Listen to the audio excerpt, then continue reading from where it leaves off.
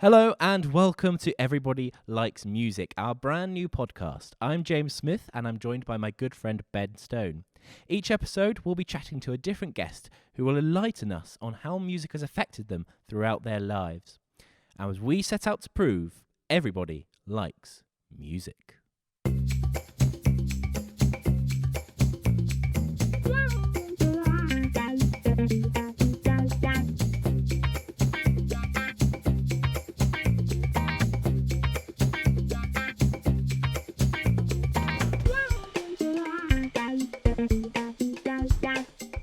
Hello and welcome to Everybody Likes Music. It's fantastic to be here. I've got Ben with me, and this week we are delighted to be joined by BBC Radio 3 presenter and general fantastic all-round person, Fiona Talkington. Hello, Fiona.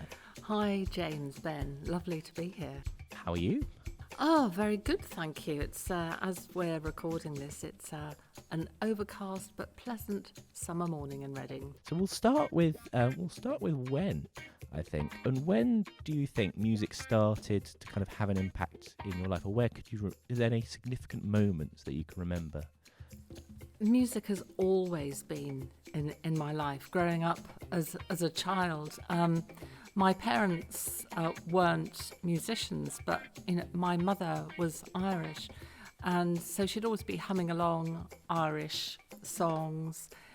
She particularly loved Joan Baez, the great protest singer, and I still have her LP of Joan Baez's songs, and I think that they've just been sort of in my bloodstream forever.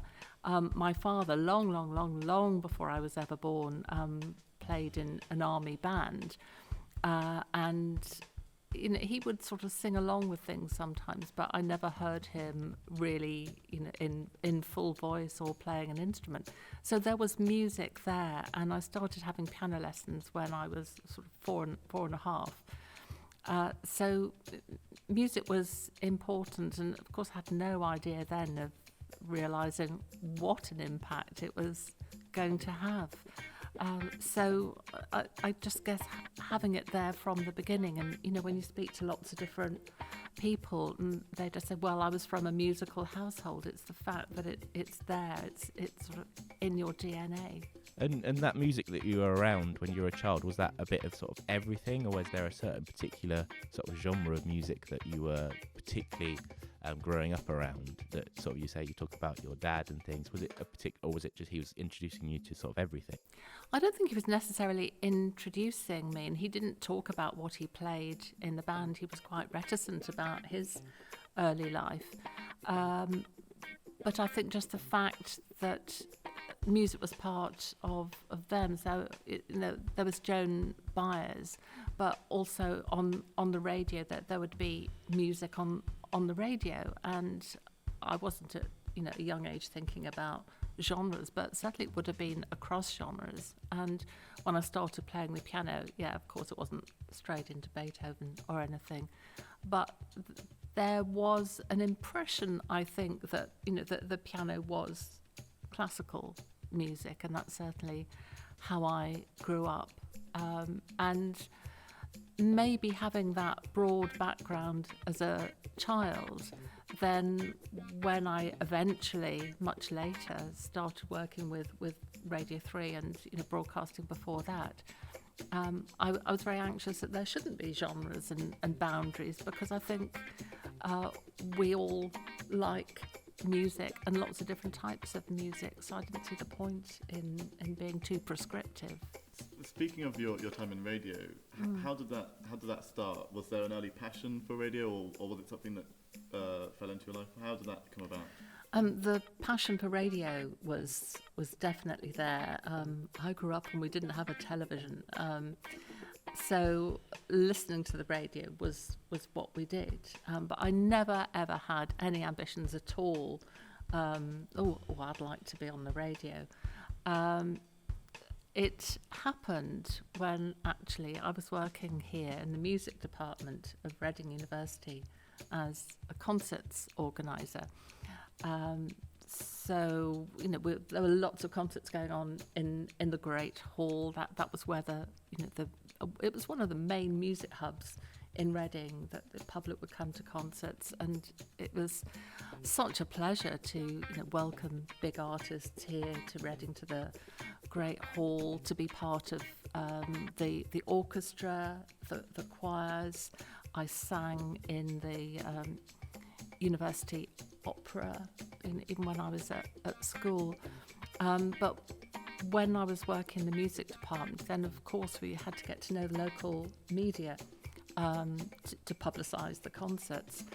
And the local radio, it was Radio 210 in those days, so independent local radio rather than BBC, had a classical show, and they were very, very supportive of what we were doing at the university, and said, "Oh, you should come and do a show." I was, why? Why would you possibly ask me? Anyway, I ended up doing a show for Radio 210. It's called Masterworks, and got to play classical music on a Thursday evening. And then they offered me the show. And so that's how it started. So I was there for a couple of years, and then the whole nature of independent local radio changed, and they were getting rid of specialist shows. So someone said, "Why don't you send a demo tape to Radio 3?"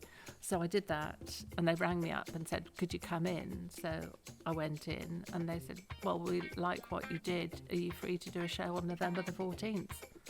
And strangely enough, I was free, and I'm still there, and that was a long time ago. Are there any standout sort of moments or opportunities that you've had working with Radio 3 that you think that really, for me, has kind of shaped part of my musical life? I think the brilliant thing about Radio 3 then, and still today, but then as presenters, we got to present absolutely everything. The shows weren't, well, there weren't actual shows pretty much. Everyone did everything. So I got the opportunity to be in the studio introducing everything that was going out, to presenting the proms live from the Royal Albert Hall, and that was a big wow factor. And going to America to make Composer of the Week programs about Sousa and Scott Joplin, and going to the Scott Joplin Festival in Missouri, which I then met Norwegian musicians, and that was a whole other ball game and a big impact on my life. So I think it was the breadth of music and really having the opportunities to just do anything that I wanted, really opened up whole worlds. It wasn't, people think of broadcasters as sitting behind a microphone, but actually it's really being out and about, getting to know musicians, hearing lots of different music, and most of all being interested in people, what makes them tick, why they love what they do, and just really listening more than talking.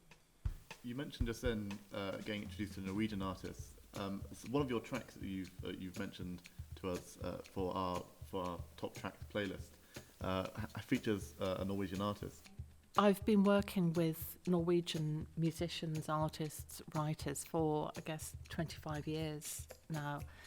And I was interested in what was happening in Norwegian music through the ECM record label, which is one of the major curators of music in our time.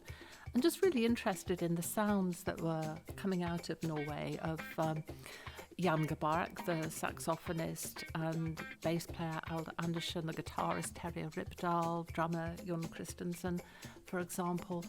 There was a sense of space and openness in the music. There was something that was drawing not just me, but people around the world. Attention was being drawn to the north and the sounds. So I was drawn in by that. And then when I was in Missouri at this ragtime festival, I met a Norwegian band and we became good friends. They said, come to Norway. So I did. When you're in Norway, you meet one person, you immediately know another 20. I got to know a lot of people very, very quickly, got drawn in to the scene really closely. But I chose a track featuring Jan Garbarek because he really is, he's one of the greats. He, for so many people, opened the door, opened our ears to what was going on. And, you know, he's in his 70s now, he's still playing. But he was such a groundbreaking musician. You listen to some of his early music and think, wow, that's still just incredible what he was doing, listening to it today. So, you know, I could have brought you truckfuls of Norwegian CDs, recommended so much music, but I thought I should honour the impact that he has made on my life and in opening the world to Norwegian music. Personally, for me, I found Norwegian music wasn't particularly something that I'd consciously come across. Certainly, you know, classical composers, Grieg, people like that. I was very much aware of and very much enjoyed their music, but more contemporary Norwegian artists, like I said, I'm sure I've come across them, but I wasn't so consciously aware. So it was really enlightening for me to actually listen to that music. Speaking of other tracks that you've chosen, so going back to sort of your classical roots, do you want to talk about the piano sonata that you chose? Oh, well, I always say that Beethoven was my first love. And I still love him, and we are entwined forever. I love Beethoven. I love that he gets things wrong, that he speaks from the heart, that he just put fault lines through the world of music. You know, and those late quartets, the piano sonatas that, you know, you come back to, you think you know them, and there's always something different. His opera, Fidelio, which is just an outpouring of humanity, just speaks from the heart.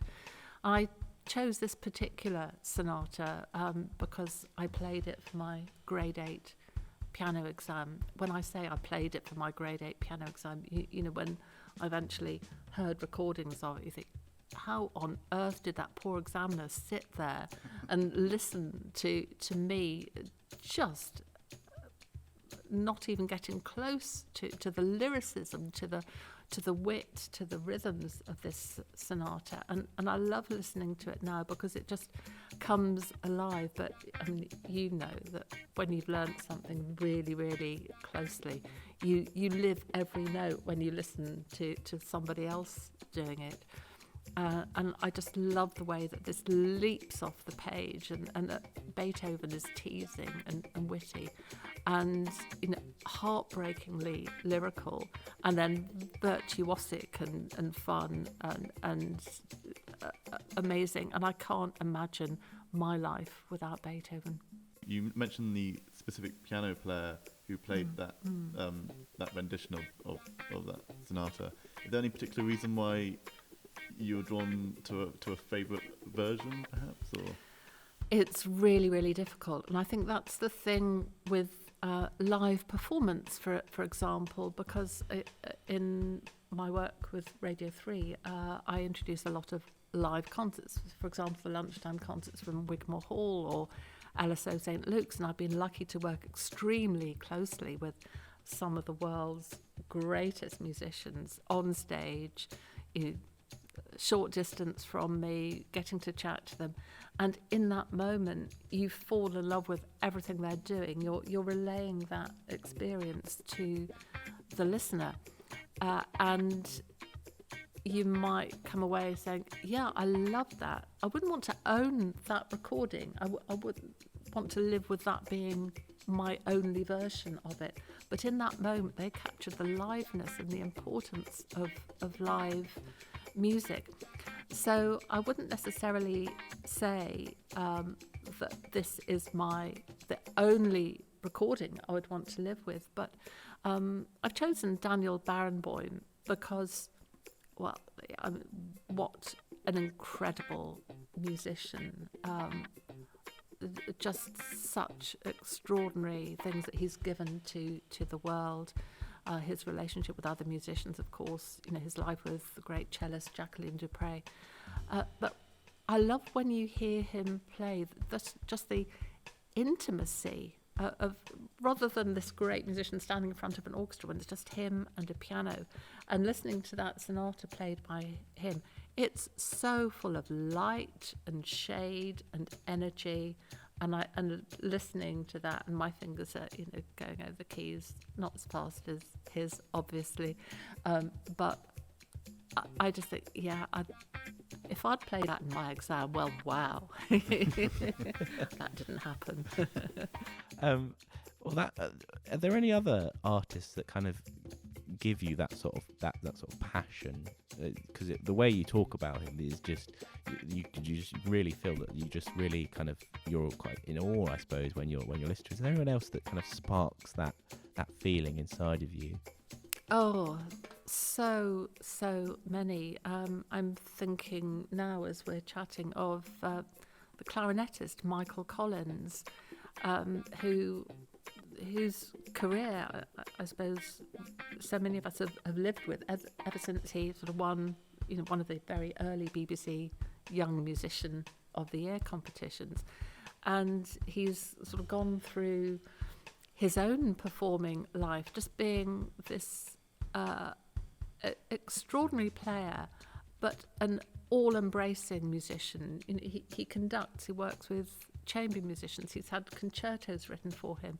And when I've had the joy of working with him, say at LSO St Luke's or Wigmore Hall, he's just someone who just really engages with that moment, that concert, that event.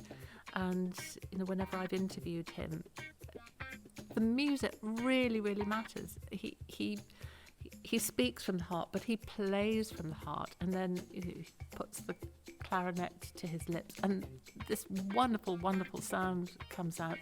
And I'm thinking of his performances with the pianist Michael McHale. They're such a fantastic duo. Michael McHale is an Irish pianist with a really broad range of music. So them as a duo, they really, really stand out for me.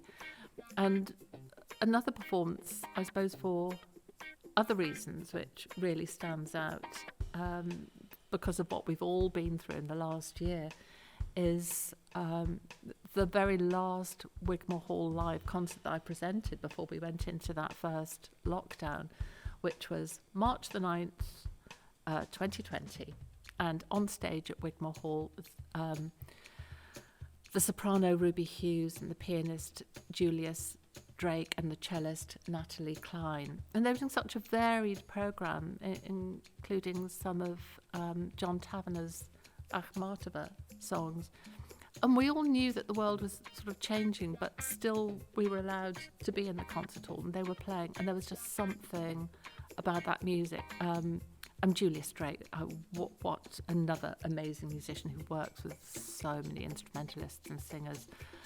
The passion for music. But when the three of them were on stage that day, there was something that was going on.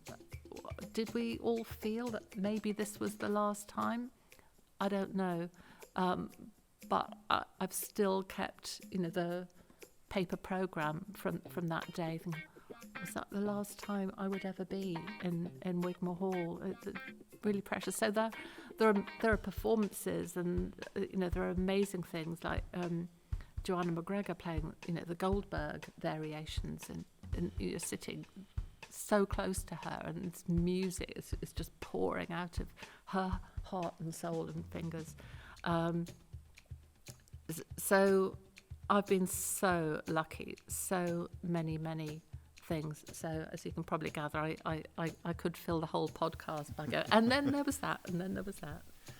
Well, we have a similar experience of like that. We distinctly remember the last live performance we went to see before the lockdown and the year we've just had, and it does show how much music can really stick with you through tough times. Are you looking forward to sort of getting back into live performance? Do you think live performance will be a real stepping stone towards a sort of a new music rebirth in this post-COVID age? I really hope so. We're in such interesting times when things are beginning to open up, but there's still a lot of uncertainty around. And of course, there are so many really vulnerable people, and venues are understandably anxious to open up. How the funding will be, for example, that's a whole other issue. I hope that people will remember what it was like not to have a live performance, and we all want to forget the whole COVID experience for so many reasons, but there have been lots of really interesting and good things that we would want to hang on to, and maybe it's that thirst. I've been comparing it to I was diagnosed with cancer some years ago, and so I was not working with live concerts, not travelling during the sort of 18 months that I was having treatment. And I remember going back to the Wigmore Hall for the first time after being away with life-threatening illness, and I remember every note.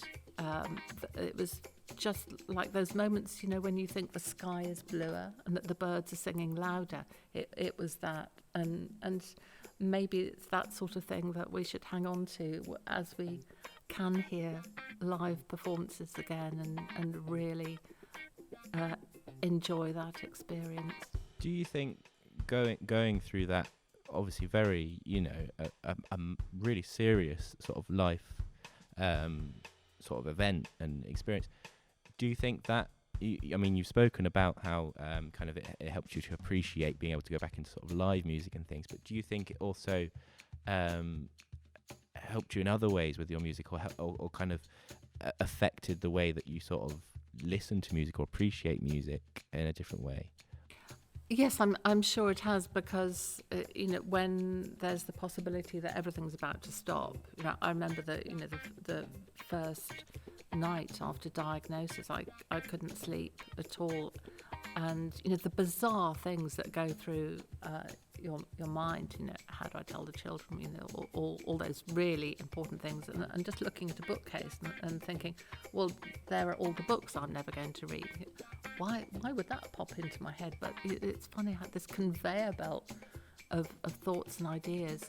And I remember being in hospital for a major operation. I was in hospital for 11 nights, and I'd really sort of taken up residence there. But I was determined to have some sort of control in my life. So, once I was able to get out of bed, wash myself, do basic things, I would put on day clothes, and I would had a bag of CDs and a sort of CD player with me, and I would do some work in the morning. I would listen to CDs and make notes about them, and what I listened to then was really important. The things that I'd taken with me, and I was listening to a lot of very varied music at the time. For the show, I was doing Late Junction, which I did for 20 years, which was really groundbreaking, and listening right across music. So that was really important. The part that music was playing in my life, that it enabled me to have control, but also to know that I was listening in a sort of heightened emotional state, if you like. And so my reactions to the music might have been a bit different than if I would just, I just need to put together some tracks for a show. This was, well, I'm in hospital, I'm sitting by my bed, I've put on, some day clothes, I'm really tired, I've got tubes coming out of me, but music was holding me together. That is really, really sort of really, really lovely to sort of hear and really sort of inspirational. And that brings me on to our big sort of question that I'm going to ask to every guest on this show, and that is, why is music so important in all of our lives? We don't ask the easy questions on this show. I'm glad that you don't, because I think it's really important always to keep asking yourself, why do I love that book? Why do I love that painting? Why do I love being in this room? Why do I love music? Why is it important? And then you imagine taking music out of life. Suddenly, it's not there in the lifts, on the trains. There's no music for the films. You just take music out, and there's a large part of the world that collapses. And you think about the live music making and the people who haven't had work. The sound crew and the lightings, all the people in travel administration who aren't sending people around the world touring, publicity design, printers. The impact of taking music out of the world is huge. But why do we want it so badly? It's because, well, for me, it expresses things that you can't express in words, that it says something to us.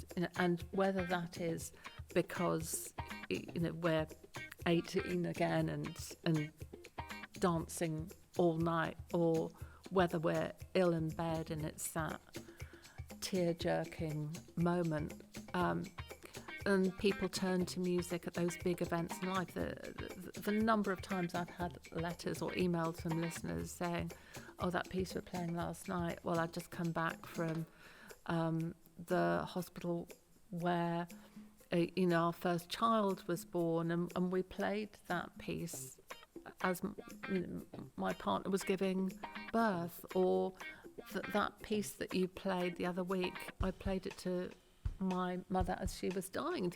This is incredibly intimate stuff, and people are sharing that intimate stuff with you because music is expressing something beyond the capabilities of language, and I'm sure it's a mystery that we will never fully solve, but when we ask ourselves, when I ask myself, what would my world be without music? And there's this blank canvas. I suppose one of the best things, that's a really beautiful way to sort of sum it up, I think. But one of the best things about that is how universal music can therefore be. Being a presenter on Radio 3, obviously you have a global reach with your music. Is there any particular sort of email contact that you had from someone somewhere completely unbelievable that you didn't think would ever be listening in to your show that really struck a chord with you or made you laugh? Or Yeah, always. I mean, it's wonderful to hear from listeners. And when we began Late Junction in 1999, there wasn't streaming. People were still buying cassettes. There wasn't the search facility on the internet. We were playing things, and people from all over the world would be writing, saying, where can I get that? What was that? So we were really opening up things. So going back to Jan Gabarek, he wasn't being played on UK radio anywhere. We're playing things that weren't being played. So of course there was, massive response. People saying, "Oh, you're playing this late in the evening, but I'm listening in the morning in Australia, and I can hear the kookaburras singing outside." Doing programs for BBC World Service. Wonderful letter, which came from a country in Africa, and the listener saying, this music by Beethoven, I really, really enjoyed it. I hope he goes on to write a lot more music. And I love that, and I love the way that it reminds you that someone always hears Beethoven for the first time. someone isn't surrounded by all the music that we're listening to, but they're listening to music that we're not hearing. And working on Lake Junction, working with world music festivals like WOMAD, then of course I've been so close to music from around the world, but always feeling very much that we're not there to grab, to own this music. We're there to respect and understand it, and the part that music plays in the life. And so much of music from other continents, other cultures, maybe has a part in ritual, in the the weddings and the birth of a child and funerals.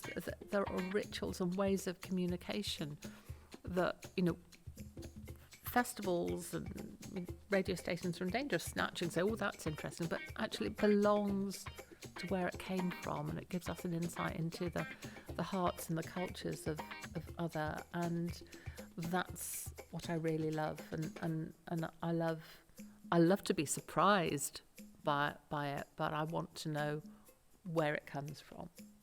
I'm really sorry, but we have run out of time. But it has been absolutely fantastic to have you on Everybody Likes Music.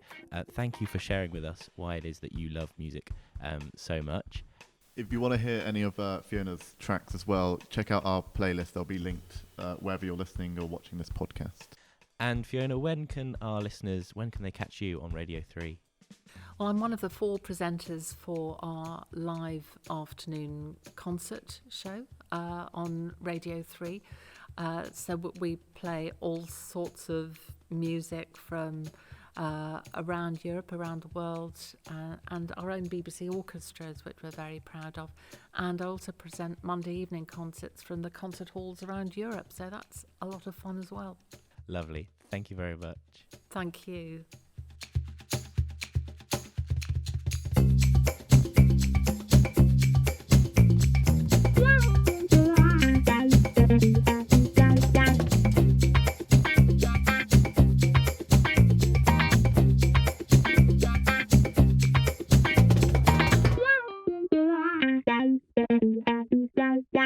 If you enjoyed that episode of Everybody Likes Music, then make sure you hit the subscribe button below.